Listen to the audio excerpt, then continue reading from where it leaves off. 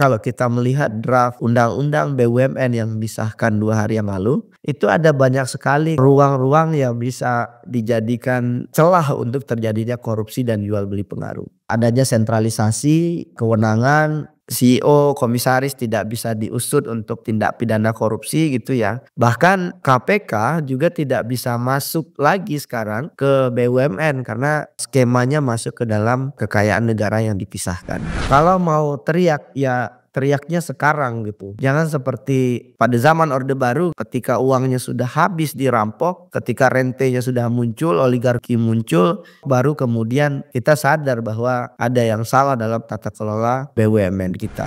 Dukungan terhadap Danantara ini diambil dari porsi APBN kita yang sangat-sangat kecil sekali hari ini. Ini nggak boleh. Ya uang pajak mereka tiba-tiba digeser ke Danantara. Itu yang diteriakan masyarakat hari ini. Pertama terus terang saya agak kaget dengan beragam kebijakan pemerintah hari ini.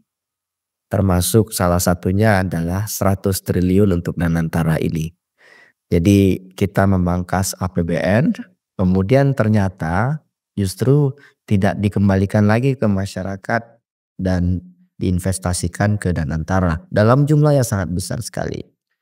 MBG memang kembali ke masyarakat, tapi kita tahu semuanya bahwa masih problematik hari ini. Dan di sisa anggaran itu hanya 58 triliun dari 750 triliun yang kembali ke masyarakat atau dalam bentuk anggaran ke KN. Jadi ini kekhawatiran saya kira yang juga sangat signifikan ya dari kami yang hari-hari menghitung angka demi angka yang dikeluarkan oleh pemerintah hari ini. Nah ketika diinvestasikan ke Danantara maka kita melihat hari ini Indonesia seperti gagap begitu ya. Kemudian terburu-buru mencari jalan pintas saya kira untuk mendorong kemandirian BUMN di Indonesia. Dan satu poin menarik juga ya, saya membaca beberapa artikel hari ini bagaimana pemangkasan anggaran di US. Kelihatannya kita sama-sama chaos ya seperti yang terjadi di US hari ini. Tetapi ada satu hal yang membuat Indonesia dan US itu berbeda. Satu hal itu adalah foreign direct investment. Jadi di US FDI-nya itu adalah yang tertinggi, terbesar di dunia. Sedangkan di Indonesia kita masih tertatih-tatih. Makanya saya sepakat dengan Pak Said Didu, maka langkah yang paling sustainable untuk mendorong pertumbuhan 8% Indonesia itu adalah investasi. Jadi kalau hitung-hitungan saya setidaknya Indonesia itu butuh sekitar 1.600 sampai 1.900 triliun rupiah per tahun untuk mengejar pertumbuhan 8%. Caranya apa? Sebetulnya ya caranya adalah mendorong investasi. FDI salah satunya. Tapi kita tahu ya dalam beberapa kali Pak Prabowo berpidato sepertinya narasi untuk investasi, penguatan investasi itu juga tidak cukup signifikan dan sekarang muncul ide Danantara. Soal Danantara ini tadi juga sudah dibahas dengan sangat-sangat detail ya. Saya mungkin mau mengutip salah satu petikan buku Jeffrey Winters, judulnya Oligarki. Di halaman 239 ada tulisan yang saya kira ini jadi refleksi kita ya. Saat itu Mokhtar Lubis, editor harian Indonesia Raya tahun 1969 menerbitkan artikel. Dan artikel itu sangat menarik, judulnya adalah Pertamina, apakah mau melakukan diversifikasi konglomerasi atau mendirikan economic empire pribadi. Dan ini jadi jurnalistik investigasi pertama yang menjadi patokan banyak jurnalis hari ini.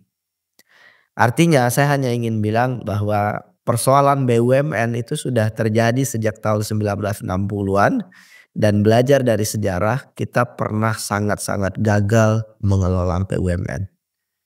Dan itu juga kemungkinan besar bisa terjadi bahkan lebih parah lagi kalau seandainya nanti bentuknya super holding gitu ya. Dengan Pertamina saat itu yang booming oil saja bisa melahirkan pribumi-pribumi oligarki baru, apalagi super holding yang isinya itu terdiri dari gabungan beragam BUMN di Indonesia. Tapi memang sebelum, kita suudzon dulu kita juga, eee, memahami ya, saya sangat memahami betapa pemerintah punya keinginan untuk punya super holding yang besar, efisien, kemudian mandiri dalam pengelolaannya. Dan saya sepakat sekali soal itu. Tetapi seperti yang disampaikan oleh Pak Sahwan tadi, kalau kita merujuk pada Temasek, maka satu poin penting yang membuat Temasek itu maju dan berkembang dibandingkan di Indonesia, kekhawatiran saya itu adalah soal independensinya. Dan Pak Said Didu tuh tadi berulang-ulang mengatakan bahwa Temasek itu sangat-sangat independen, bahkan CEO-nya tidak dikenal oleh publik, dan hemat saya itu mungkin tidak akan terjadi atau ya sangat-sangat kecil kemungkinan terjadi di Indonesia. Dan satu lagi perbedaannya ketika Temasek itu berdiri tahun 1974 itu ditopang oleh surplus Singapura saat itu berkaitan dengan di sektor keuangan dan jasa ya. Dan ini juga berbeda dibandingkan Indonesia karena yang dikorbankan hari ini adalah APBN. Jadi Indonesia saya kira hari ini cukup gagap menurut saya ya. Kita ingin seperti Temasek, tetapi proses yang dilewati sepertinya juga sangat-sangat tidak ideal. Balik lagi ke BUMN, sebetulnya kita sudah mencoba beragam cara ya. Mungkin Bapak Ibu pernah mendengar pusat investasi pemerintah gitu ya. Itu juga idenya sebetulnya sama, tapi hasilnya kan nggak maksimal karena cadangan devisa kita sangat-sangat kecil gitu ya. Akhirnya PIP statusnya berubah gitu ya. Akhirnya bergantung lagi kepada APBN. Jadi kita sebetulnya sudah mencoba banyak cara gitu ya untuk BUMN kita bisa bangkit gitu.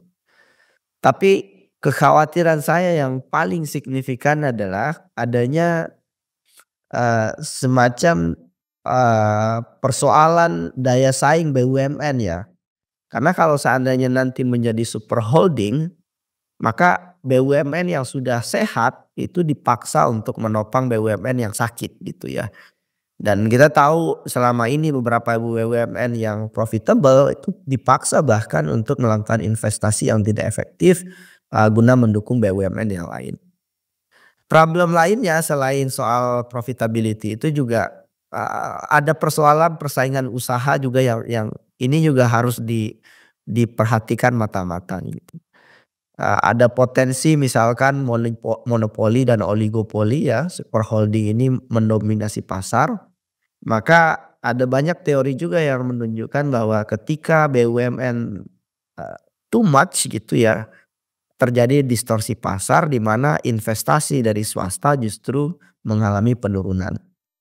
Maka ini juga yang diantisipasi oleh China gitu ya. Di China kita nggak mengenal super holding sebesar Temasek begitu ya, tetapi China selalu berupaya untuk mendorong adanya persaingan usaha yang sehat gitu. Faktor lainnya ini catatan saya juga, nah berkaitan dengan korupsi ya. Ini agak sulit untuk tidak suudzon kepada pemerintah karena kalau kita melihat draft undang-undang BUMN yang disahkan 2 hari yang lalu dan baru bisa diakses hari ini, itu ada banyak sekali kekosongan-kekosongan atau ruang-ruang yang bisa dijadikan celah untuk terjadinya korupsi dan jual beli pengaruh. Kita tahu misalkan adanya sentralisasi kewenangan, kemudian Eee, CEO, komisaris tidak bisa diusut untuk tindak pidana korupsi gitu ya. Artinya ada kondisi-kondisi yang memungkinkan kalau BUMN ini tidak dikelola dengan baik, maka bancakan korupsinya seperti yang disampaikan oleh Pak Said Didu tadi sangat besar sekali gitu. Bahkan KPK juga tidak bisa masuk lagi sekarang ke BUMN karena skemanya masuk ke dalam kekayaan negara yang dipisahkan gitu. Dan ini agak rumit ya karena kita kalau belajar dari sejarah bagaimana banyak sekali BUMN yang kemudian harus dihidupkan kembali oleh pemerintah, dan kemudian APBN akhirnya digunakan gitu ya untuk menyelamatkan BUMN-BUMN tersebut, maka akhirnya rakyat lagi yang dikorbankan akibat adanya salah kelola dari BUMN ini. Nah, kita tahu bagaimana Jiwasraya, Asabri itu masalahnya luar biasa, bahkan juga PMN, pernyataan modal negara 44 triliun tahun lalu, itu juga nggak dievaluasi signifikan, yang sebagian itu juga akhirnya masuk kepada BUMN yang merugi. Meruginya bukan karena bisnis modelnya, tetapi karena banyaknya praktek-praktek eee, nepotisme dan patronase politik yang rumit di dalam lingkungan BUMN gitu. Dan ketika kita melihat kondisi hari ini ya, saya terus terang sangat-sangat mengharapkan Pak Said Didu, Pak Mardhani, semua orang speak up begitu ya untuk berbicara lebih keras gitu. Karena kalau mau teriak ya teriaknya sekarang gitu. Jangan seperti pada zaman Orde Baru gitu ya, ketika uangnya sudah habis dirampok, ketika rentenya sudah muncul, oligarki muncul, triliunan rupiah dirampok, baru kemudian kita sadar bahwa ada yang salah dalam tata kelola BUMN kita gitu. Dan satu lagi yang juga ingin saya mention kembali adalah soal fiskal ya. Saya sangat-sangat menentang begitu ketika dukungan terhadap Danantara ini diambil dari porsi APBN kita yang sangat-sangat kecil sekali hari ini. Ini nggak boleh gitu ya. Karena dalam skema perpajakan itu ada prinsip representatif di mana pembayar pajak itu juga punya hak untuk mendapatkan penjelasan dan mendapatkan pertanyaan dari pemerintah, diskusi dari pemerintah soal untuk apa uang mereka digunakan. Dan hari ini saya kira fungsi representatif itu tidak terjadi karena masyarakat tiba-tiba kaget bahwa ya uang pajak mereka tiba-tiba digeser ke Danantara. Itu yang diteriakan masyarakat hari ini di media massa dan lain-lain.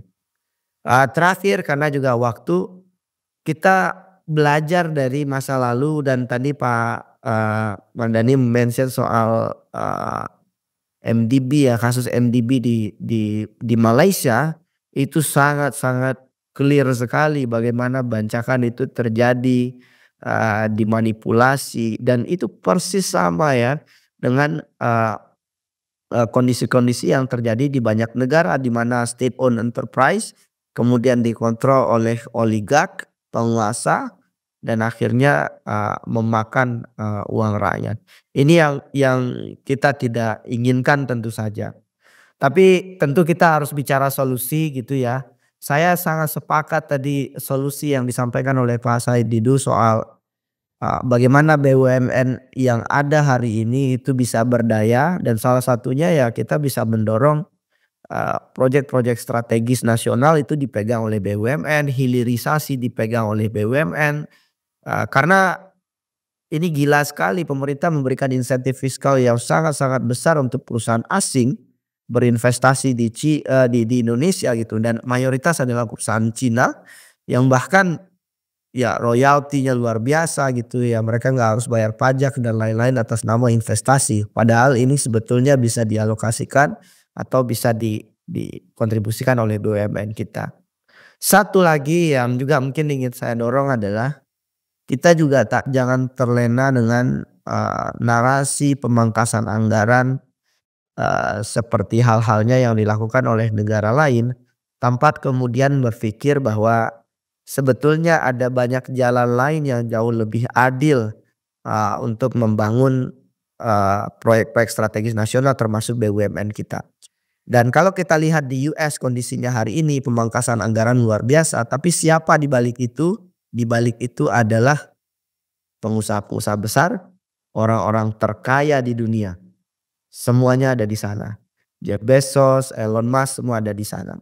Maka narasi dari pengusaha-pengusaha besar ini adalah bahwa yang jadi masalah itu adalah pemerintah yang tidak efisien, anggaran negara yang harus dipangkas begitu ya. Tapi satu hal, narasi itu sukses melumpuhkan pikiran publik bahwa publik lupa sebetulnya mereka lah yang juga seharusnya bertanggung jawab atas pembiayaan negara. Karena orang-orang kaya ini banyak yang menghindari pajak, yang mereka seharusnya bayar pajak kekayaan tapi di Indonesia nggak punya pajak kekayaan, yang sebetulnya kalau dioptimalkan kita bahkan tidak perlu memotong uang APBN 100 triliun untuk menyuntik Danantara ini. Karena kalau kita mau fair ya, orang-orang di lingkaran Prabowo yang jumlah asetnya triliunan rupiah bahkan termasuk Pak Prabowo sendiri. Kalau kita menerapkan pajak kekayaan 2% saja per tahun, itu jumlahnya kalau hanya 50 orang saja itu jumlahnya sudah 81 triliun. Kalau semua orang super kaya itu bayar pajak kekayaan ya, itu jumlahnya besar sekali dan itu jauh lebih sustainable untuk mendukung BUMN kita. Jadi kita juga harus fair untuk melihat kondisi hari ini. eee, Terus terang lagi-lagi soal siapa yang dibalik Danantara ini tadi Pak saya sudah menyampaikan bahkan Pak Jokowi juga mau jadi pengawas gitu ya. Sulit untuk tidak eee, meragukan rencana pemerintah hari ini karena sejarah sudah membuktikan sejak beberapa dekade yang lalu BUMN selalu menjadi sasaran rente dan kita akan sangat sulit untuk maju. Kita mungkin seperti Temasek, tapi melihat kondisi hari ini saya mungkin lebih berpikir Danantara mungkin bisa menjadi bencana fiskal kalau tidak dikelola dengan baik.